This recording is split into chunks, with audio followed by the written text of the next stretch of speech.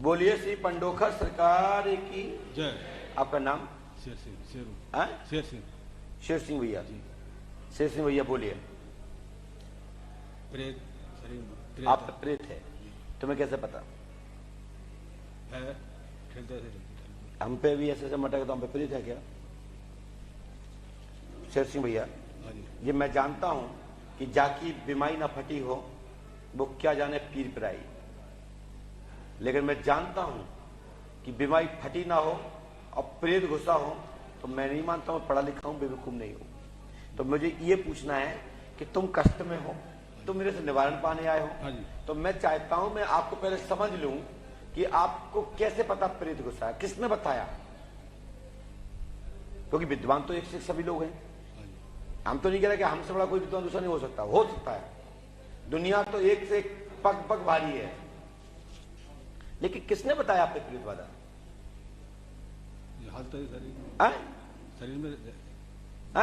शरीर में भारी भारी रहता शरीर। भाई साहब कितने पढ़े लिखे हैं आप?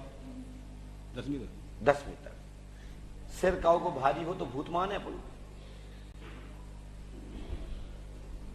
देखिए टेस्ट करना है, परीक्षा लेवे आए हैं, मैं बताने के लिए तैयार हूं,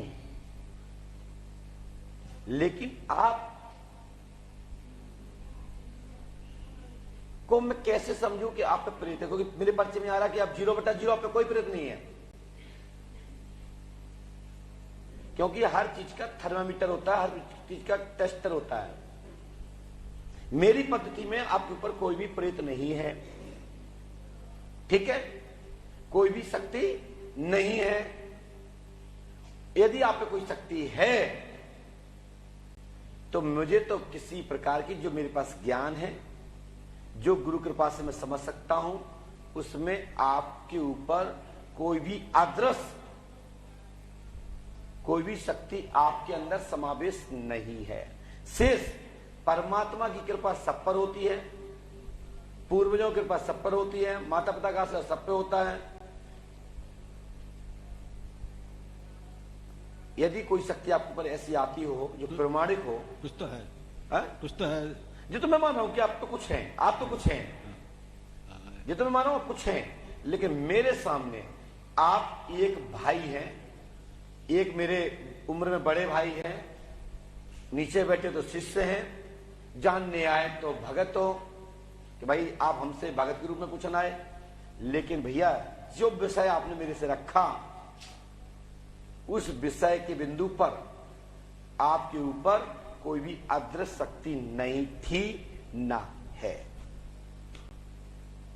अब इतनी बात पर हमारा आपका संवाद समाप्त होता है, क्योंकि आप पे कोई भूत बाधा नहीं है। यदि भूत बाधा कल तक आ जाती, आप पे कल तक आ जाए, परसों तक आ जाए, अभी आ जाए, तो बिन जाने नहीं होए प्रतीति और बिन जाने नहीं होए प्रीति। ऐसा ही कुछ रामायण में लिखा है, थोड़ा बहुत शब्दों का खेल है, आगे पीछे बिगड़ गया। भाव यही है कि बिन जनाई बिगड़ जाने किसी को समझा नहीं जा सकता। और मैंने प्रयास किया अपनी योग्यता के अनुसार, तुम पे कोई भी शक्ति मुझे दिखाई नहीं दी, लेकिन सही हाल लो ऐसे सही हाल तो ऐसे। ये अब मेहदीपुर गए कभी? अब देखिए मैं कहना चाहता आपसे यह है कि मेहदीपुर धाम एक सिद्ध स्थल है, एक सिद्ध स्थल है, और हनुमान बाबा विराजमान है, भैरव बाबा है, सात पहाड़ है, भंगीवाड़ा है, केला देवी मैया है, लेकिन वहां की पद्धति है पेशी लेना। पेशी लेना, पेशी आना, दोनों में अंतर है। मुकेश जी मैं विरोध नहीं करता, लेकिन हनुमान जी पंडों का सकारी वहां पर है।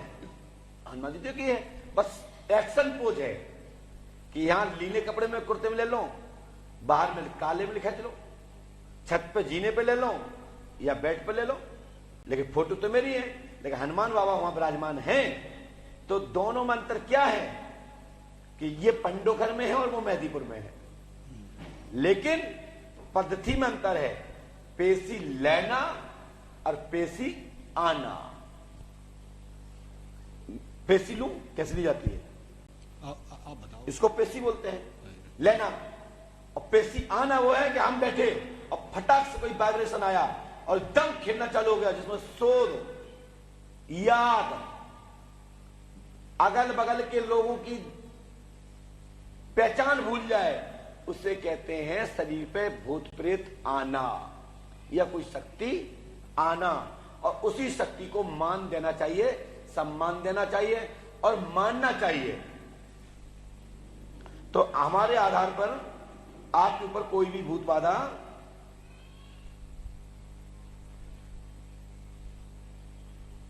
आप पे कोई भी भूत बाधा नहीं है।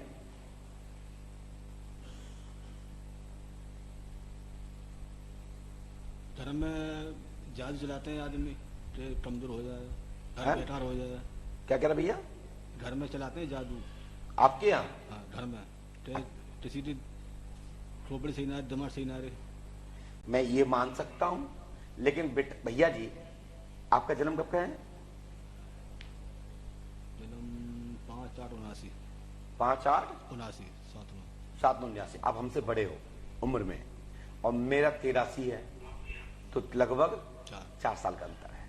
तो आप तो एक हिसाब से बड़े भैया हुए। गुरु जी यहां बैठे तो हम गुरु जी हुए, क्योंकि आप हमसे ज्ञान लेने आए हो। तो बेटा आप पर कोई भी भूत बाधा ना थी ना है। और घर में हम जब बौद्धरेशन बनाएंगे, हम घर में बौद्धरेशन बनाएंगे, तो हमारे विभिन्न काम बिगड़ जाएंगे, विभिन्न मनोरथ बिगड़ जाएंगे, और कलेश मचाएंगे तो घर में अशांति बढ़ेगी। अशांति बढ़ेगी तो क्या आएगी? निगेटिविटी आएगी। और फिर जब गुस्सा में तोड़फोड़ मचा दोगे, जैसे हमारे रजन भैया आपस में लड़ाई होती तो एक कूलर फेंकेगा, एक फ्रिज फेंकेगा, एक टीवी फेंकेगा। जब गुस्सा समाप्त होती है तो हाई टीवी चले गई 8,000 की, फिर वो कहेगा हमारे कपड़े फट गए। मेरा कहने का तात्पर्य यह है कि हम अव्यवस्थित होते हैं, तो हमारे घर में अर्थव्यवस्था तो वही जो आप लोग कमाते हो, इससे हानि होती भैया। तो मेरे हिसाब से आप कोई चक्कर में मत पड़ो। आपके घर में जो भी बाधा होगी, मैं प्रार्थना कर देता हूं, आप साइकोलॉजी ठीक रहो, हनुमान बाबा का दर्शन करो, मेहदीपुर भी जाओ, अपने गुरुओं को मानो, अपने पूर्वजों को मानो। मुझे तुम्हारे घर में और तुम्हारे ऊपर प्रेजेंट में और पूर्व में किसी भी प्रकार की कोई बाहरी अदृश्य भूतमंडल, पिशाच मंडल, देव मंडल की कोई भी आत्मा आपके ऊपर प्रभावित करते हुए नहीं दिख रही है। बाकी आप जाने, आपका काम जाने। जय श्री राम, जय पंडित शेखर। इस मंत्र को करिए। संतुष्ट है तो ठीक, नहीं है तो आप अपने घर जाएं, मेरे काबू से बाहर। जे बात मैंने क्यों बोला? आपने परीक्षा की कोई बात नहीं की, आपने कुछ पूछ नहीं पाए, और पूछने के पहले मैंने आपको सब कुछ बातें बोल दिया। यदि आपने कहा होता तो फिर मैं आपसे कहता भैया मैं नहीं बता पाऊंगा। हम तो तुम्हारे बगैर पूछने के पहले कह रहे हैं कि हम आपके ऊपर भूत प्रेत बाधा सिद्ध नहीं कर पाएंगे, आपके ऊपर कोई भूत बाधा नहीं है। जय श्री राम। जय श्री। ये मंत्र है, बताएंगे मुझे। जय, रख दीजिए इसको। बोलिए पंडोखर सरकार की, श्री हनुमान जी महाराज की। अब मेरी बात समझ रहे हैं? यदि ये कह देते हैं कि साहब परीक्षा लेवे आए और फिर हम मना करते तो हमारी बात हेटी हो जाती, होती कि नहीं होती? हमने पहले ही कह दिया मेरे काबू से बाहर, मैं भूत सिद्ध नहीं कर पाऊंगा, क्योंकि तुम पे कोई भूत है ही नहीं। यदि आप भय के भूत से प्रभावित हैं तो मैं इसका मास्टर नहीं हूं। इसका कोई अन्य डिपार्टमेंट के जहां हो वहां जाइए, ठीक है ना? अभी एक सज्जन कह रहे थे कि आप पर्ची लिखना बंद कर दो तो मैं जानू। अरे हमारी पहचान ही पर्ची लिखना है। ऐसे मौका बताने वाले तो 1000 लोग बैठे, हम तो लिखित में देते, प्रमाणिक देते हैं, और काम ना हो तो टोक के दिखाओ। लेकिन हमारी बताई हुई विधि का पालन करोगे तब